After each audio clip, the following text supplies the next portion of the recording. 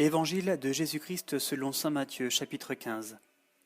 Alors des pharisiens et des scribes de Jérusalem s'approchent de Jésus et lui disent : « Pourquoi tes disciples transgressent-ils la tradition des anciens ? En effet, ils ne se lavent pas les mains au moment de prendre leur repas. » Et vous, répliqua-t-il, pourquoi transgressez-vous le commandement de Dieu au nom de votre tradition ? En effet, Dieu a dit : honore ton père et ta mère, et que celui qui maudit son père ou sa mère soit puni de mort. Mais vous, vous dites : quiconque dira à son père ou à sa mère : les biens dont j'aurais pu t'assister, je les consacre, celui-là sera quitte de ses devoirs envers son père ou sa mère. Et vous avez annulé la parole de Dieu au nom de votre tradition. Hypocrite, Isaïe a bien prophétisé de vous quand il a dit : ce peuple m'honore des lèvres, mais leur cœur est loin de moi. Vain est le culte qu'ils me rendent. Les doctrines qu'ils enseignent ne sont que préceptes humains. Et ayant appelé la foule près de lui, il leur dit : écoutez et comprenez, ce n'est pas ce qui entre dans la bouche qui souille l'homme, mais ce qui sort de sa bouche, voilà ce qui souille l'homme. Alors, s'approchant, les disciples lui disent : sais-tu que les pharisiens se sont choqués de t'entendre parler ainsi ? Il répondit : tout plan que n'a point planté mon Père céleste sera arraché. Laissez-les, ce sont des aveugles qui guident des aveugles.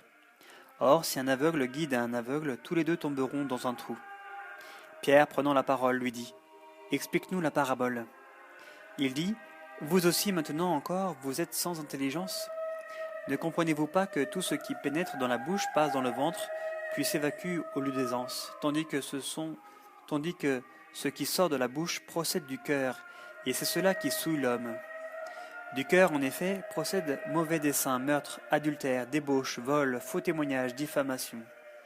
Voilà les choses qui souillent l'homme, mais manger sans s'être lavé les mains, cela ne souille pas l'homme. En sortant de là, Jésus se retira dans la région de Tyr et de Sidon. Et voici qu'une femme cananéenne, étant sortie de ce territoire, criait en disant : aie pitié de moi, Seigneur, fils de David, ma fille est fort malmenée par un démon. Mais il ne lui répondit pas un mot. Ses disciples, s'approchant, le priaient : fais-lui grâce, car elle nous poursuit de ses cris. À quoi elle répondit : je n'ai été envoyée qu'aux brebis perdues de la maison d'Israël. Mais la femme était arrivée et se tenait prosternée devant lui en disant : Seigneur, viens à mon secours. Il lui répondit : il ne sied pas de prendre le pain des enfants et de le jeter aux petits chiens. Oui, Seigneur, dit-elle, et justement les petits chiens mangent des miettes qui tombent de la table de leur maître. Alors Jésus lui répondit : ô femme, grande est ta foi, qu'il t'advienne selon ton désir. Et de ce moment sa fille fut guérie. Étant parti de là, Jésus vint au bord de la mer de Galilée.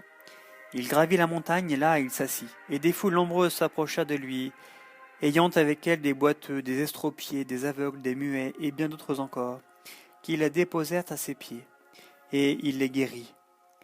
Et les foules de s'émerveillaient en voyant ces muets qui parlaient, ces estropiés qui redevenaient valides, ces boiteux qui marchaient et ces aveugles qui recouvraient la vue, et ils rendirent gloire au Dieu d'Israël. Jésus cependant appela à lui ses disciples et leur dit : j'ai pitié de la foule, car voilà déjà 3 jours qu'ils restent auprès de moi, et ils n'ont pas de quoi manger. Les renvoyer à jeun, je ne le veux pas, ils pourraient défaillir en route. Les disciples lui disent : où prendrons-nous dans un désert assez de pain pour rassasier une telle foule ? Et Jésus leur dit : combien de pains avez-vous ? 7, dirent-ils, et quelques petits poissons.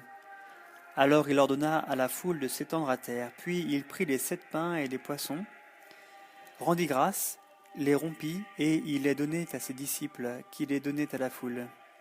Tous mangèrent et furent rassasiés, et des morceaux qui restaient on ramassa 7 pleines corbeilles. Or ceux qui mangèrent étaient 4000 hommes, sans compter les femmes et les enfants. Après avoir envoyé les foules, Jésus monta dans la barque et s'en vint dans le territoire de Magadan.